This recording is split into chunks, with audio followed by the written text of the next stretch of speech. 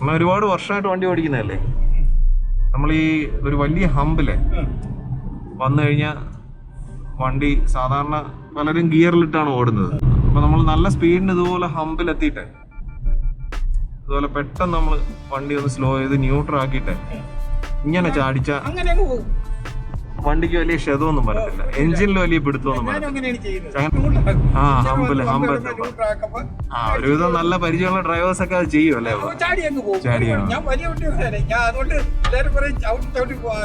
അല്ല, ഗിയറിലിട്ട് ഓടിക്കുമ്പോ വണ്ടിക്ക് ആ എഞ്ചിനിലൊരു വലിയ ഷെയ്ക്കാണ് അങ്ങനെ ചാടുമ്പോഴേ, ഗിയറിൽ കിടന്ന് ചാടുമ്പോഴേ. ഞാൻ കഴിഞ്ഞ വീഡിയോയിലും പറഞ്ഞിട്ടുണ്ടായിരുന്നു അതിലെന്തെങ്കിലും, സാധാരണ എല്ലാവരും അങ്ങനെയാണ്, ഒരുവിധം ഡ്രൈവിംഗ് നന്നായിട്ട് അറിയുന്നവരൊക്കെ അങ്ങനെയാണ് ചെയ്യുന്നത്. പക്ഷെ അതിലെന്തെങ്കിലും ടെക്നിക്കലി വണ്ടിക്ക് എന്തെങ്കിലും വല്ല ഇഷ്യൂ ഉണ്ടാകുന്നുള്ളതിനെ കുറിച്ച് എനിക്ക് അറിയത്തില്ല. അതാണ് ഞാൻ അതിനെക്കുറിച്ച് വിശദമായിട്ട് അറിയുന്നവരാരെങ്കിലും ഉണ്ടെങ്കിൽ ഒന്ന് കമന്റ് ചെയ്യണം. ഞാൻ ഒന്നുകൂടെ കാണിക്കാം. ഇവിടെ ഹമ്പ് കംപ്ലീറ്റ് അങ്ങ് ന്യൂട്രാക്ക് സ്ലോ ഡൗൺ ചെയ്തിട്ട് ഡൗൺ ചെയ്ത് കൊണ്ടുവന്നിട്ട് അങ്ങ് മാറ്റി. ഇനി 3rd ഗിയറിലാണ് ഞാൻ ഇപ്പോൾ ഇട്ടത്. ഒരു ചെറിയൊരു വൈബ്രേഷൻ വരുന്നുണ്ട്, പക്ഷെ എന്നാലും ആ ഒരു ഗിയറിൽ അതങ്ങ് പിടിച്ചെടുത്തോളൂ. വലിയൊരു ഇടിയൊന്നും വരുന്നില്ല. അപ്പോൾ വളരെ കൂടുതലിട്ട് ഗിയർ ഡൗൺ ഷിഫ്റ്റ് ചെയ്യേണ്ട ഒരു ആവശ്യം ഒരു വണ്ടിയിൽ വരുന്നില്ല. ഡ്രൈവർ വരും.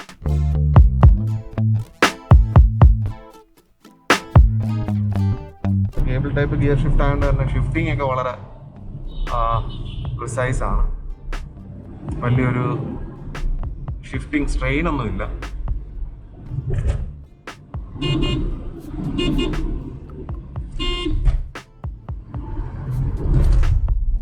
ഇവിടെ നിന്ന് കുറച്ച് നല്ല റോഡാണ്, ഒന്ന് ഡ്രൈവ് ചെയ്ത് നോക്കാം.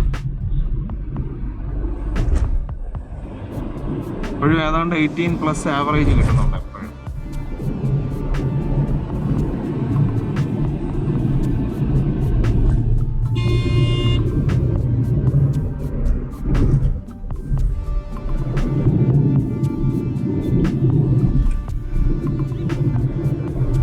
സ്ട്രെയിറ്റ് ലൈൻ സ്റ്റെബിലിറ്റി നല്ലതുപോലെ ഉണ്ട്.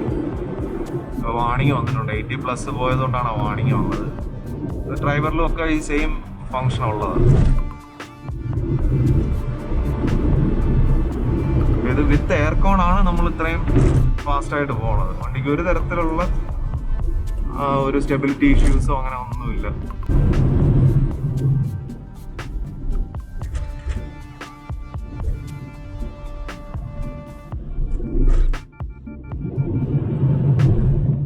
സ്റ്റിഫ് സസ്പെൻഷൻ ആയതുകൊണ്ടാണ് ഒരു ചെറിയൊരു ഇടിയൊക്കെ വരുന്നത്. പക്ഷെ എങ്കിലും അതൊന്നും അത്രത്തോളം നമുക്ക് ഒരു ചെറിയ ഗട്ടറിൽ വീണാലൊന്നും അറിയുന്നത് പോലും ഇല്ല.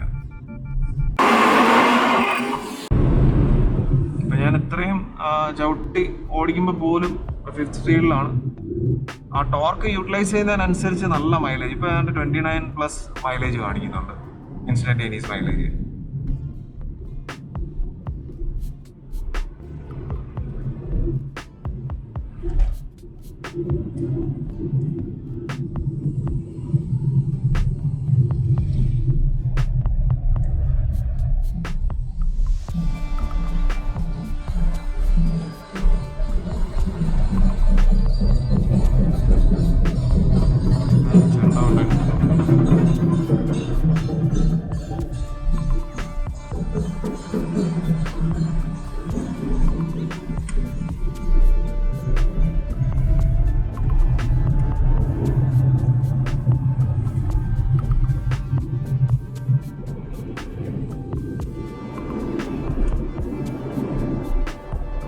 വളരെ അട്രാക്റ്റീവ് പ്രൈസ് പോയിന്റിലൊക്കെ ആയിരുന്നു ഈ വണ്ടി. ഇപ്പോൾ സെയിൽസിലുണ്ടോ എന്ന് എനിക്കറിയത്തില്ല, പക്ഷെ എങ്കിലും വളരെ അട്രാക്റ്റീവ് ആയിട്ടുള്ള പ്രൈസിലൊക്കെയാണ് ഈ വണ്ടി വിറ്റുകൊണ്ടിരുന്നത്. ഇപ്പം എന്തുകൊണ്ടും വളരെ സക്സസ്ഫുൾ ആകേണ്ടിയിരുന്ന ഒരു ബ്രാൻഡ് വൈസ് അല്ല ഞാൻ പറയുന്നത്, ഡാറ്റ്സൺ എന്നുള്ള ഒരു ബ്രാൻഡിനെ കുറിച്ചല്ല ഞാൻ പറയുന്നത്. പക്ഷേ എങ്കിലും ഡാറ്റ്സൻ്റെ ആ ഒരു റെഡിഗോ എന്ന് പറയുന്ന വണ്ടി ശരിക്കും ഇന്ത്യയിൽ വളരെ ഒരു ചെറിയൊരു ഫാമിലിക്കൊക്കെ വളരെ അഫോർഡബിൾ ആൻഡ് യൂസർ ഫ്രണ്ട്ലി ആയിട്ടുള്ള ഒരു കാറാണ്.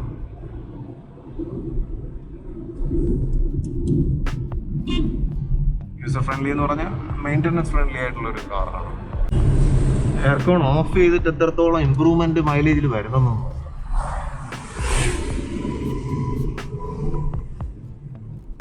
ഭയങ്കര ഡിഫറൻസ് ആണ്, ഹ്യൂജ് ഡിഫറൻസ് ആണ്. എനിക്ക് തോന്നുന്നു എങ്ങനെ പോയിരുന്നാലും ഒരു 22+ മൈലേജ് ഇതിന് കിട്ടുന്നുണ്ടാവും വിത്തൗട്ട് എയർ കോൺ. എപ്പോഴും 20+ ആണ് കാണിക്കുന്നത്.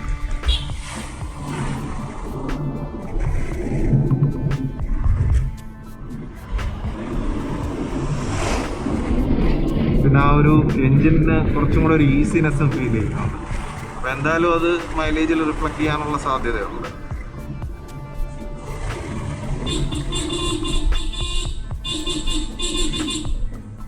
പിന്നെ എനിക്ക് തോന്നുന്നു ഇതിൻ്റെ ഒരു ഓവറോൾ ഡിസൈനിന് ആളുകൾക്ക് അത്രത്തോളം ഇഷ്ടപ്പെട്ടിട്ടില്ലാത്തതാണ് എന്താണെന്ന് അറിയത്തില്ല. കാരണം ഇതിൻ്റെ ഡിസൈൻ ഒരു സാധാരണ കാറുകളിൽ കാണുന്ന ഒരു ഡിസൈനല്ല, കുറച്ച് വ്യത്യാസമായിട്ടുള്ളൊരു ഡിസൈനാണ്. പക്ഷെ അത് എനിക്കത് ഭയങ്കര ഇഷ്ടപ്പെട്ടൊരു ഡിസൈനാണ്. പക്ഷെ അത് ചിലപ്പോൾ എല്ലാവർക്കും അതിൻ്റെ ഡിസൈൻ എത്രത്തോളം ഡൈജസ്റ്റ് ആയിട്ടുണ്ടാവും എന്നുള്ളതിലൊരു സംശയമുണ്ട്. കാരണം സാധാരണ വണ്ടികളിൽ കാണുന്ന ഒരു ടൈപ്പ് ഓഫ് ഡിസൈൻ അല്ല അത്. കുറച്ച് പ്രാക്ടിക്കലി ഞാൻ ഈ പറഞ്ഞ പോലുള്ള ഒരു എയറോഡൈനമിസിറ്റിയും വണ്ടിയുടെ മൈലേജും എല്ലാം ഒക്കെ കണക്കിലെടുത്തുകൊണ്ടായിരിക്കണം ഈ വണ്ടി ഡിസൈൻ ചെയ്തിരിക്കുന്നത്.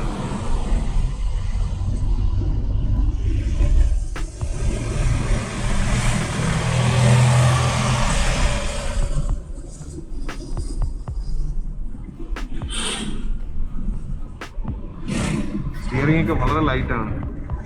പിന്നെ എനിക്ക് തോന്നുന്ന ആ സ്പീഡിനനുസരിച്ച് കുറച്ച് ഹെവി ആവുന്ന ടൈപ്പ് ഓഫ് പവർ സ്റ്റിയറിംഗ് ആണ്. അപ്പോൾ അതും ഒരു വലിയ അഡ്വാൻറ്റേജ് ആണ്.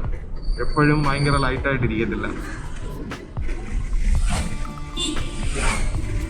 ഏതാണ്ട് 29+ എപ്പോഴും 25+ എപ്പോഴും ആവറേജ് കാണിക്കുന്നുണ്ട്. അത് 5th സ്പീഡിൽ കുറച്ചും കൂടെ പുള്ളിങ്ങും കൂടുന്നുണ്ട്. അപ്പോൾ എങ്ങനെ പോയിരുന്നാലും അത് നല്ലൊരു മൈലേജ് ഇത്തരത്തിൽ വിത്തൗട്ട് എയർ കോൺ കിട്ടുമെന്ന് എനിക്ക് തോന്നുന്നു.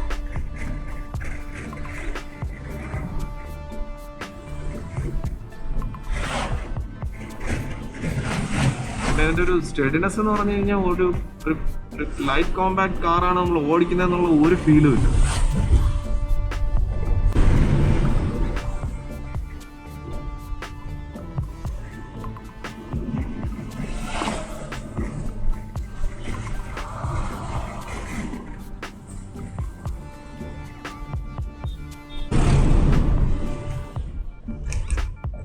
ഇതിന്റെ പുള്ളിങ് ഒന്നും ഒരു 800cc എഞ്ചിൻ്റെതായിട്ടുള്ള പുള്ളിങ് ഒന്നും അല്ല. ഇത് 800cc എഞ്ചിനാണെന്നാണ് എനിക്ക് തോന്നുന്നത്. ഇതിലൊരു 800cc ഉണ്ട്, അതുപോലെ 1 ലിറ്റർ എഞ്ചിൻ ഉണ്ടോന്നുള്ള എനിക്ക് സംശയമുണ്ട്. റെഡിഗോയിൽ 800cc എഞ്ചിൻ എന്നുള്ളതാണ് എൻ്റെ അറിവ്. അതിനെക്കുറിച്ച് ഞാൻ റെഫറൻസ് ഒന്നും എടുത്തിട്ടുണ്ടായിരുന്നില്ല. ഫാസ്റ്റായിട്ട് ഡ്രൈവ് ചെയ്യുന്നതിൽ മാത്രമല്ല, നമ്മൾ ആ ഫസ്റ്റ് ഗിയറിലിട്ട് എടുത്തപ്പോൾ കണ്ടായിരുന്നു ഒരുവിധമുള്ള പിക്കിംഗ് കപ്പാസിറ്റി. അതായത് കയറ്റമൊക്കെ കയറാനുള്ള 4 വരെ ഇരുത്തി 5 വരെ ഇരുത്തിയൊക്കെ ഒരുവിധമുള്ള കയറ്റങ്ങളൊക്കെ കയറാൻ കഴിയുമെന്നാണ് തോന്നുന്നത്. വണ്ടിക്ക് ഡ്രൈവറിലൊക്കെ ഉള്ള പോലുള്ളൊരു ഫീച്ചറാണ്. നമ്മളിങ്ങനെ വളരെ ഒരു മിനിമൽ സ്പീഡിൽ 3rd ഗിയറിൽ പോകുമ്പോഴും ടോർക്ക് മാക്സിമം യൂട്ടിലൈസ് ചെയ്യുകയാണെന്നുണ്ടെങ്കിൽ നമുക്ക് നല്ല മൈലേജ് കിട്ടും.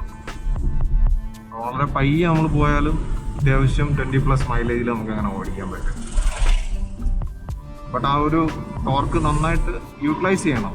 എൻജിൻ്റെ പെർഫോമൻസിനെ മാക്സിമം യൂട്ടിലൈസ് ചെയ്ത് ഒരുപാടിട്ട് റവ് ചെയ്യാനും പാടില്ല. മാക്സിമം എൻജിൻ പ്രൊഡ്യൂസ് ചെയ്യുന്ന അല്ലെങ്കിൽ എൻജിനിൽ നിന്ന് വീൽസിലേക്ക് കിട്ടുന്ന ഒരു ടോർക്കിനെ മാക്സിമം യൂട്ടിലൈസ് ചെയ്ത് കഴിഞ്ഞാൽ നല്ല മൈലേജ് മിനിമൽ ഗിയേഴ്സിൽ ഡൗൺ ഗിയേഴ്സിലും കിട്ടും. ഇവിടെ ഒരു ചെറിയൊരു ഓഫ് റോഡാണ്. ചെറിയ ഓഫ് റോഡെന്ന് വെച്ചാൽ കുറച്ച് കല്ലൊക്കെ ഉണ്ട്, നോക്കി പോവാണ്.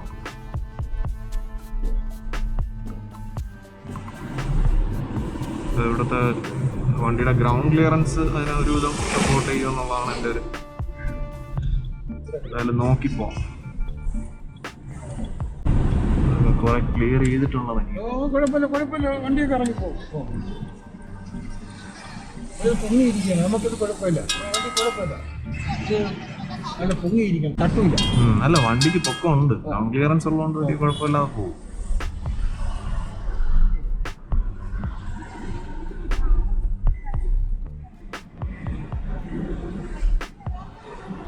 ഞാൻ ആ ഒരു ഗ്രൗണ്ട് ക്ലിയറൻസ് കൊണ്ടാണ് ചാടിഞ്ഞ് വന്നത്.